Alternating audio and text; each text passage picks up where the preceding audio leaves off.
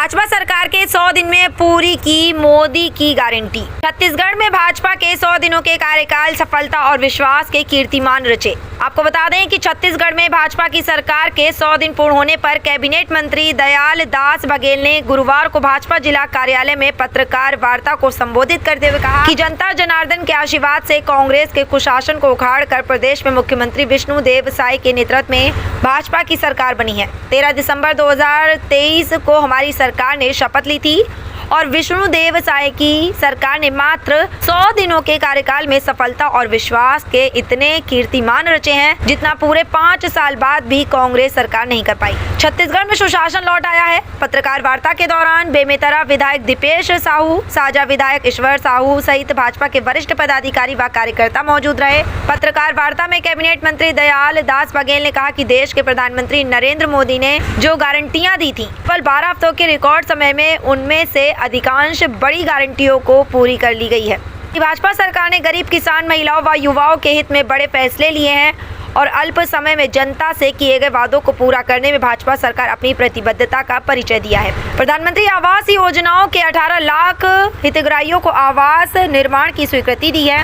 भाजपा सरकार ने 2 वर्षों के धान का बोनस 25 दिसंबर को पूर्व प्रधानमंत्री अटल बिहारी वाजपेयी के जन्मदिन में 3,716 करोड़ रुपए किसानों को अविलंब दिया है। छत्तीसगढ़ के मातृशक्ति के लिए आर्थिक व स्वावलंबन व सशक्तिकरण के लिए महतारी वंदन योजना में प्रदेश के 70 लाख महिलाओं के खाते में 655 करोड़ रुपए सीधे बैंक खाते में ट्रांसफर किए हैं। बताना चाहेंगे कि भाजपा सरकार ने 3100 रुपए प्रति क्विंटल धान की खरीदी का वादा निभाते हुए 24,70,000 से अधिक किसानों को 13,320 करोड़ रुपए का एक मुश्त भुगतान किया गया है। क्या है, आज हमारे छत्तीसगढ़ सरकार के 100 दिन पूरा हुए हैं और इसमें मोदी जी के गारंटी के द्वारा हमारे माननीय मुख्यमंत्री सम्मानित विष्णुदेव साय के द्वारा इस 100 दिन में जो कार्य किए हैं वो आप लोगों के समक्ष है। हमने चुनाव के पहले जो बात कही थी, जैसे कि 18 लाख गरीब परिवार को प्रधानमंत्री आवास देने की बात हमने कही थी। बजट जैसे ही शपथ लेते ही तीसरे दिन में ही कैबिनेट की बैठक में यह निर्णय लिया गया और 18 लाख परिवार के लिए प्रावधान भी किया गया। आज प्रधानमंत्री आवास बनना भी शुरू हो गया है। हमने 2 साल के बोनस देने का बात कहे थे। 2 साल का बोनस भी सम्माननीय श्रद्धेय अटल जी के जन्मदिन के दिन ही 2 साल के बोनस किसानों के खाते में हम डाल दिए हैं। मातृवंदना के तहत हमारी माता बहनों को सशक्त शक्ति बनाने के लिए जो कार्य किए थे, 1000 रुपए प्रति महीना देने की बात कही थी। हमने 1000 रुपए प्रति महीना के हिसाब से उन बहनों के खाता में राशि डाल दिए हैं। ये भी हमारे माननीय मुख्यमंत्री जी का अभूतपूर्व कार्य है।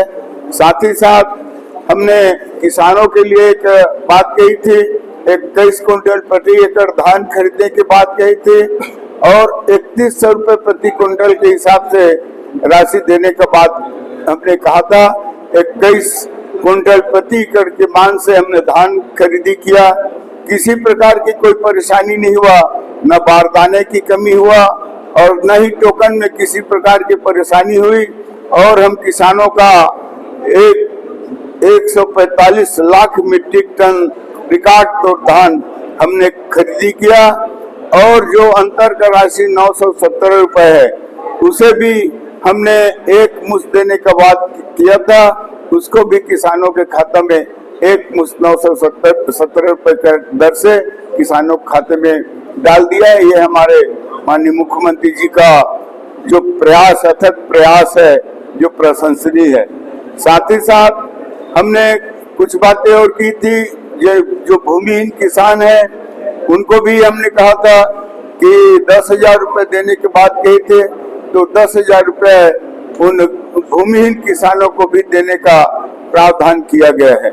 इस तरह हमारे 100 दिन के कार्यकाल में माननीय मुख्यमंत्री के द्वारा जो कार्य किया गया है निश्चित रूप से बहुत ही प्रशंसनीय और सराहनीय रहा है।